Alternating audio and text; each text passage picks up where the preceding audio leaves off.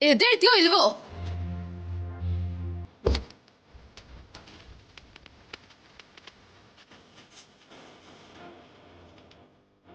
ಕುಳಕ್ ನನ್ ಮಗ್ನೆ ಏನೋ ಅಡ್ಡ ಮಾಡ್ಕೊಂಡಿದ್ಯಾ?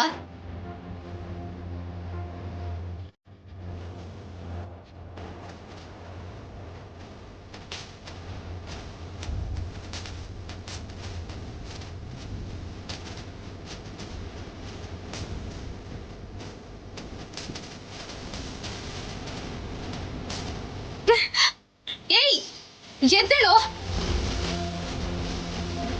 ಏಯ್ ಏಯ್ ಎದ್ದೇಳು, ನಿನ್ಗೆ ಹೇಳ್ತಿರೋದು.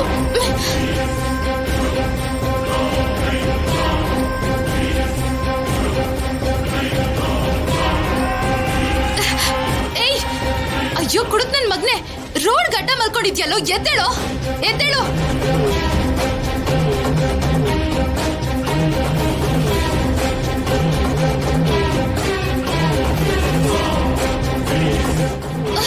ಅಯ್ಯೋ ಎಷ್ಟೋ ನಿನ್ನ ಎಪ್ಸೋದು, ಎದ್ದೇಳು.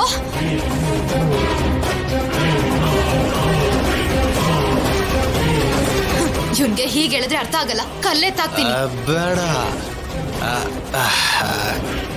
ಕಲ್ಲೇ ತಾಕೋದೆಲ್ಲ ಏನು ಬೇಡ. ನಾನೇ ಎದ್ದೇಳ್ತೀನಿ. ಎದ್ದೇಳೋ ಫಸ್ಟ್.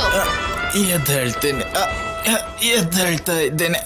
ನನ್ನ ಬಾಟ್ಲು ಇದು ಒಂದ್ ಸಿಪ್ ಹೊಡೆದ್ಬಿಟ್ಟು ಎದ್ದೇಳ್ತೇನೆ. ಎದ್ದೇಳ್ತಾ ಇದ್ದೀನಮ್ಮ. ಬರ್ತೀನಮ್ಮ. I'm study. ಬರ್ತೀನಮ್ಮ. ನಾ ಚಪ್ಲೆ ಬಾ. ಬರ್ತೀನಮ್ಮ. ಬರ್ತೇನೆ.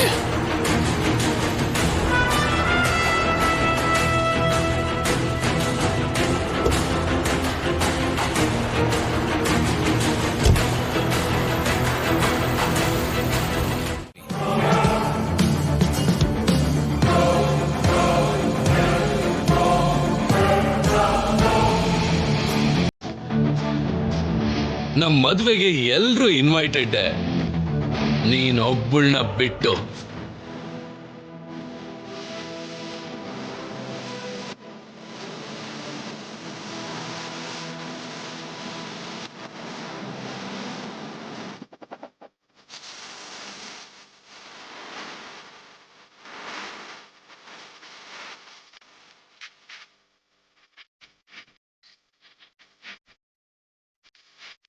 ಹೋಗು, ಇನ್ಮೇಲಾದ್ರೂ ನ್ಯಾಯವಾಗಿ ಬದುಕು.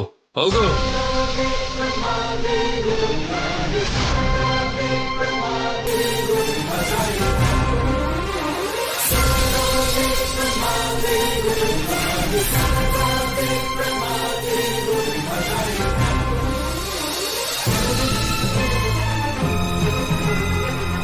ಏಯ್ ಹೋಗು.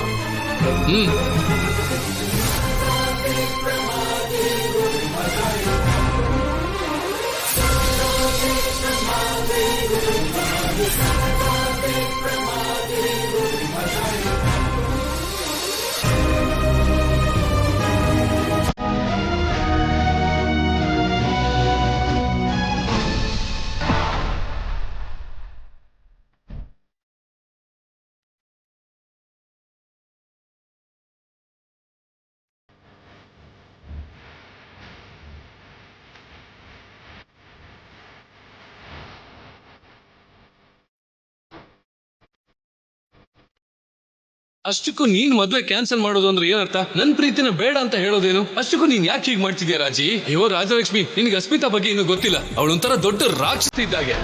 ಪ್ರೆಗ್ನೆಂಟ್ ಅಂತ ಮತ್ತೆ ಏನೋ ಸ್ಕೆಚ್ ಹಾಕಿದ್ದಾಳೆ. ರಾಜಲಕ್ಷ್ಮಿ, ಅವಳ ಮಾತು ನೀನ್ ನಂಬೇಡ. ಅವಳು ಹೇಳೋದೆಲ್ಲ ಬರೀ ಸುಳ್ಳು.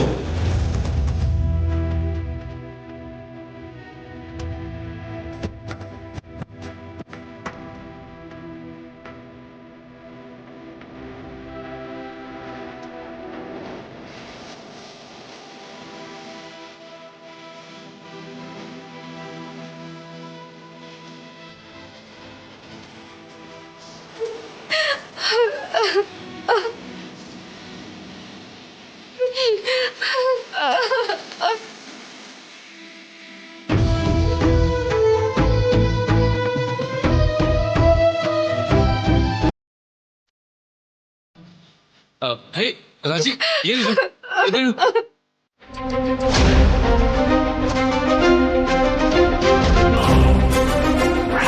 ಅದರಲ್ಲಿರೋದು ಡಮ್ಮಿ ಬುಲೆಟ್ಸ್,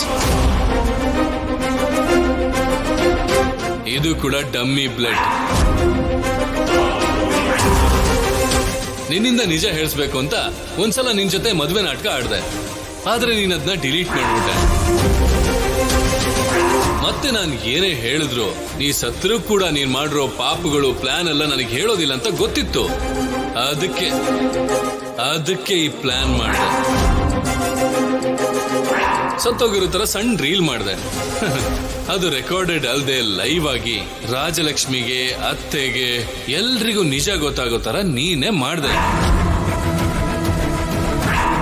ಎಲ್ರ ಆಶೀರ್ವಾದದಿಂದ ನನ್ನ ರಾಜಲಕ್ಷ್ಮಿ ಇಷ್ಟದಿಂದಾನೆ ರಾಜಾರಾಮ್ ಅವ್ರು ಇಟ್ಟಿರೋ ಮುಹೂರ್ತದಲ್ಲೇನೆ ರಾಜಲಕ್ಷ್ಮಿನ ನಾನು ಹೆಂಡತಿಯಾಗಿ ಸ್ವೀಕರಿಸ್ತೀನಿ. ನಮ್ ಮದ್ವೆಗೆ ಎಲ್ರೂ ಇನ್ವೈಟೆಡ್, ನೀನೊಬ್ಬಳನ್ನ ಬಿಟ್ಟು. ಏನೇ ಅದೆಲ್ಲ ನಾಟಕ ಅಂತ ಗೊತ್ತಿಲ್ದೆ ಶೌರ್ಯ ಸರ್ ಸತ್ತೋದ್ರು ಅಂತ ನಿನ್ನ ನೀನ್ ಶೂಟ್ ಮಾಡ್ಕೊಂಡ?